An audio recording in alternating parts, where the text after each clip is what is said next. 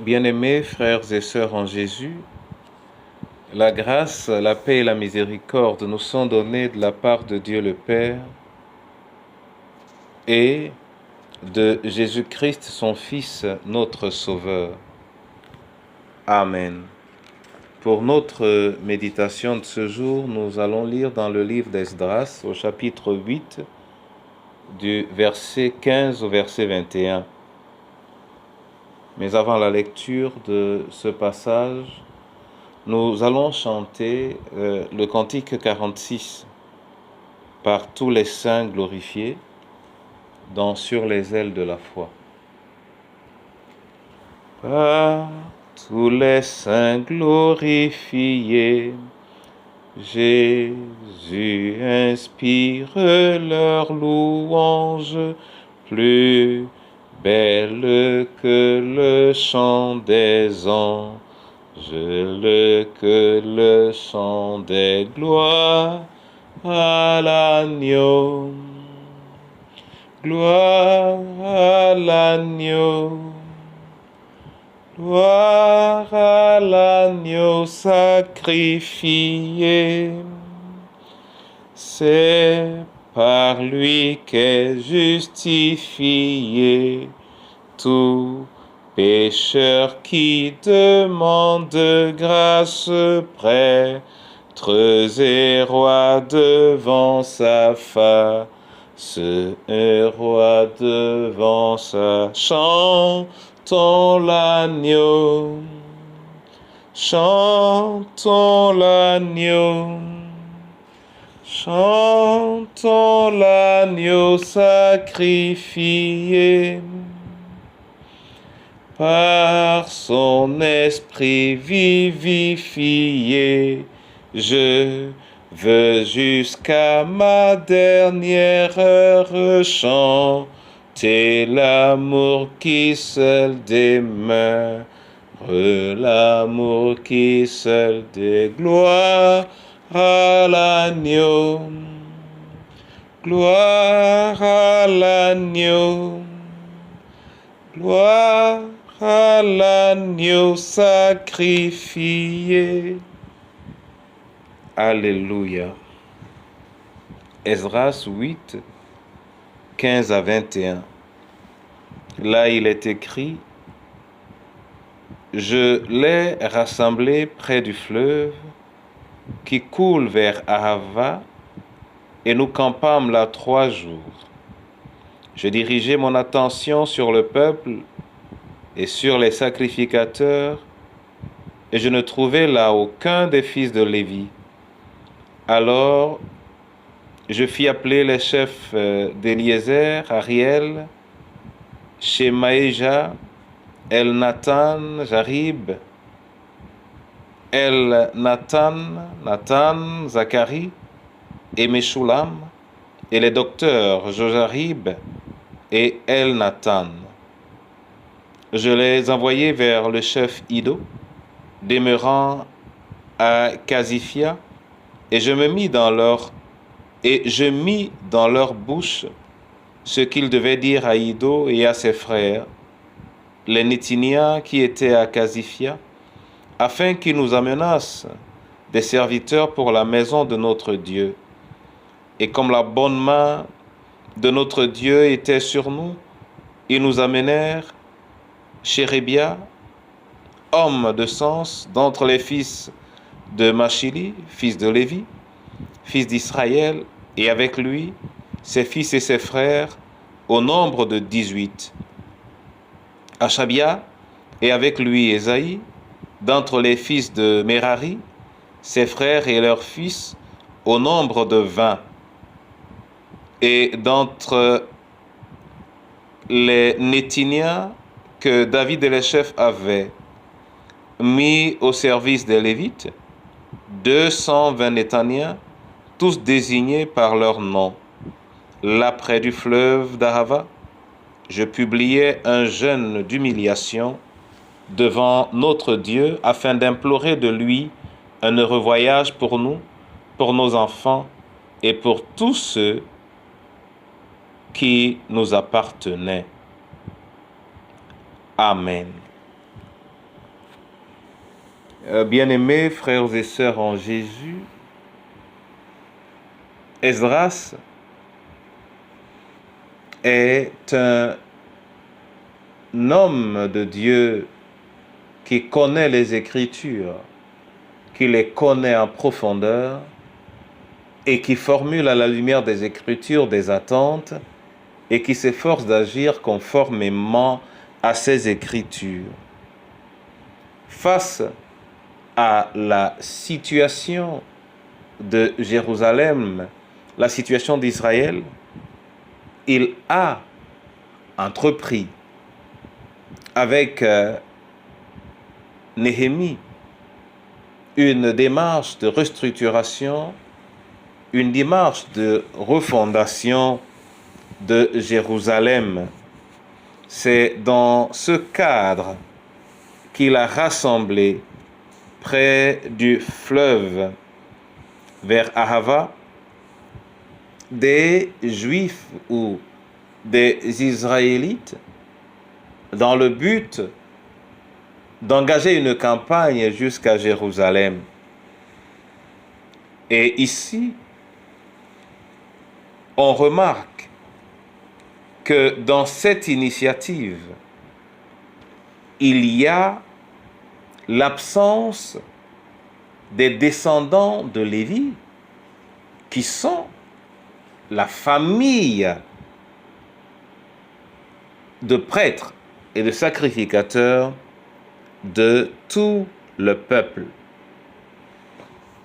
Il ne peut pas, lui, Esdras, confier une tâche à une famille qui n'en a pas la marque devant le Seigneur.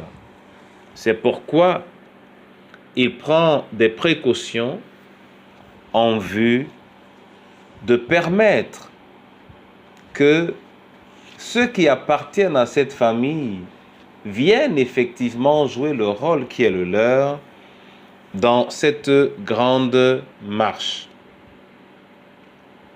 Bien-aimés frères et sœurs en Jésus, dans le verset 18, Esdras remarque que la bonne main de Dieu était sur eux.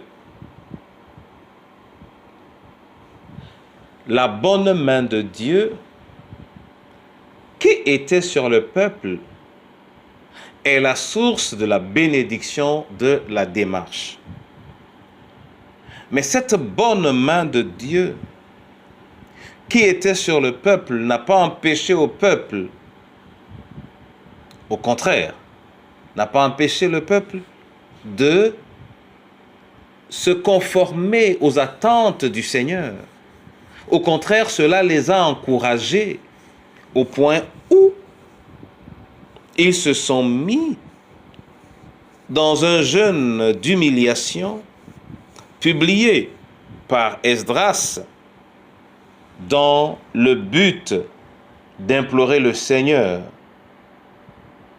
pour leur voyage, pour les enfants et pour tout ce qui leur appartenait. Bien-aimés frères et sœurs en Jésus, la bonne main de Dieu. Cette expression, je l'aime beaucoup parce que dire la main de Dieu, cela signifie la présence de Dieu, mais la main de Dieu peut être présente dans le but de punir. Et dans ce cas, celui qui l'a subi ne l'appellera pas à ce moment bonne main, même comme c'est une main qui vient pour réparer. Mais en disant la bonne main de Dieu, c'est cet accompagnement paisible qui ravive et qui affermit. Aujourd'hui, je voudrais m'interroger en ce qui concerne notre vie spirituelle, dans nos familles, à l'église,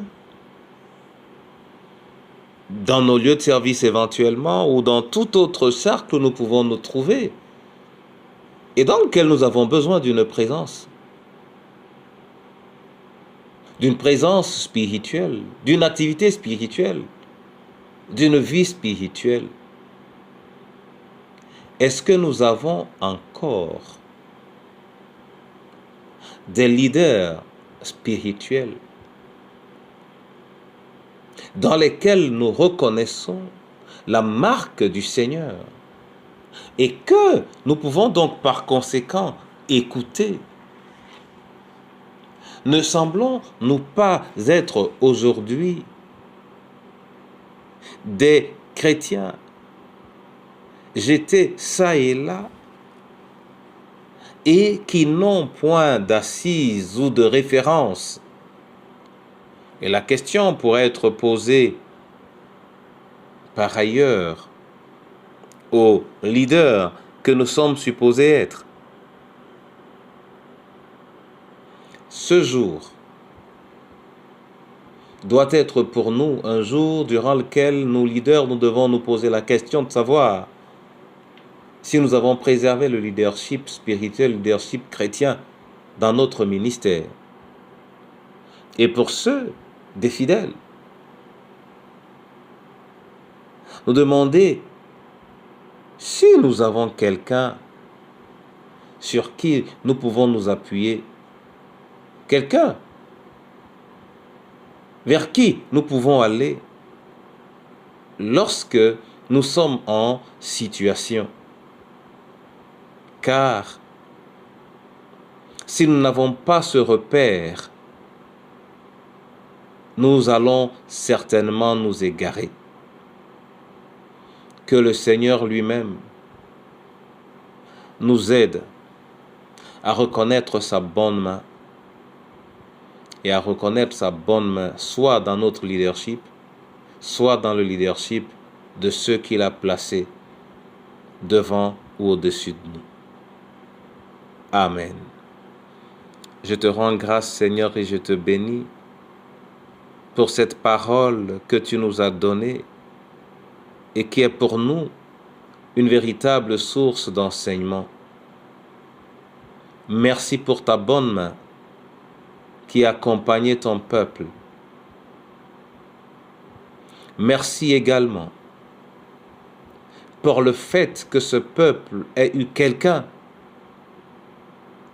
qui t'obéit et qu'il peut suivre. Accorde autant de grâce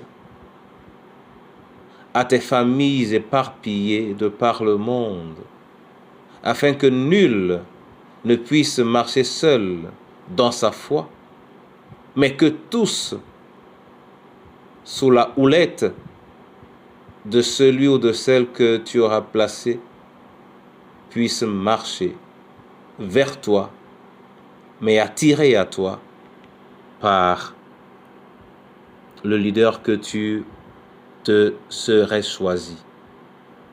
Viens, Seigneur, renouveler le ministère de tes enfants.